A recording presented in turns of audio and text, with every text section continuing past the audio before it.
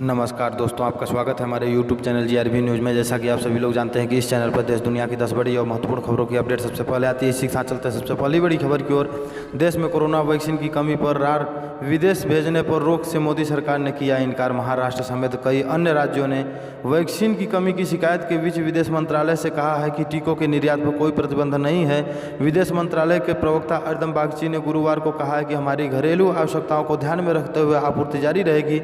टीके के निर्यात पर कोई प्रतिबंध नहीं है।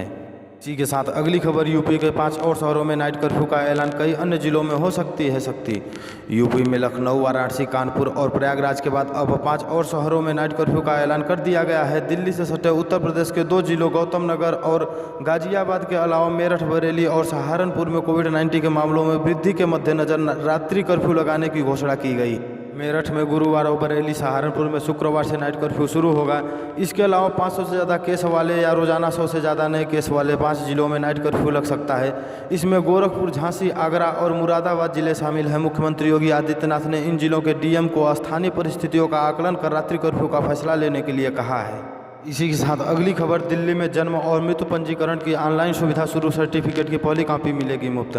राजधानी दिल्ली में लोग अब घर बैठे जन्म और मृत्यु प्रमाण पत्र बनवा सकेंगे। इसके लिए पहली बार ईडीएमसी ने अपने क्षेत्र में रहने वाले लोगों को एक बड़ी राहत देते हुए जन्म और मृत्यु पंजीकरण के लिए एक ऑनलाइन प्रणाली की शुरुआत की है।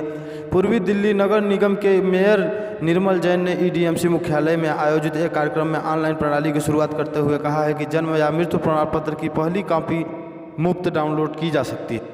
इसी के साथ अगली खबर, कंटेनमेंट जोन, कोरोना कर्फ्यू और ज़्यादा टेस्टिंग। पीएम मोदी ने वायरस को रोकने के तरीके बताएं।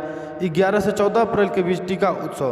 प्रधानमंत्री नरेंद्र मोदी ने गुरुवार को सभी राज्यों और केंद्रशासित प्रदेशों के मुख्यमंत्रियों के साथ कोरोना पर समीक्षा बैठक के बाद एक तरफ लोगों से लापरवाही नहीं बरतने की अपील की है तो राज्य सरकारों को टेस्टिंग बढ़ाने और कंटेनमेंट जोन के जरिए संक्रमण को नियंत्रित करने के लिए सलाह दी है। पीएम मोदी ने अभी ऐलान किए हैं कि 11 से 14 अप्रैल के बीच देश में टीका उत्सव मनाया जाएगा।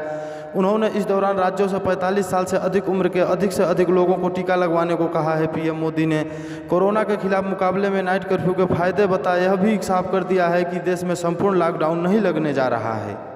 इसी के साथ अगली खबर, आंदोलन के बीच किसानों को बड़ा झटका। खाद की कीमतों में 58% का इजाफा। अनाज से सब्जियां तक होंगी महंगी।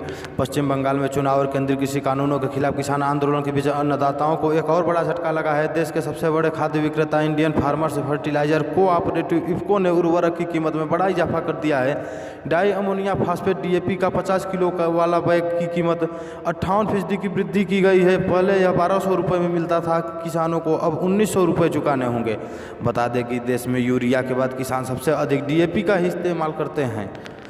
इसी के साथ अगली खबर, दिल्ली में 115 प्राइवेट अस्पतालों में कोरोना मरीजों के लिए 50% आईसीयू और वार्ड बेड होंगे रिजर्व। राजधानी दिल्ली में कोरोना के बढ़ते संक्रमण के मद्देनजर 115 निजी अस्पतालों में कोरोना उपचार के लिए 50% आईसीयू और वार्ड बेड आरक्षित करने को लेकर दिशा निर्देश जारी कर दिया गया है। दिल्ली में बेड की मौजूदा स्थिति को लेकर दिल्ली के स्वास्थ्य मंत्री की अध्यक्षता में स्वास्थ्य एवं परिवार कल्याण विभाग के अधिकारियों के साथ बैठक हुई। इसमें कोरोना उपचार के लिए बेड आरक्षित करने के आदेश दिए गए हैं। इसके साथ ही डेंटल और आयुष डॉक्टरों की भी तैनाती सरकारी कोरोना अस्पतालों में करने का फैसला किया गया है। यहीं पे समाचार समाप्त होता है। इसी प्रकार के समाचार को पाने के लिए चैनल को सब्सक्राइब करें और ज़्यादा से ज़्यादा शेयर करें।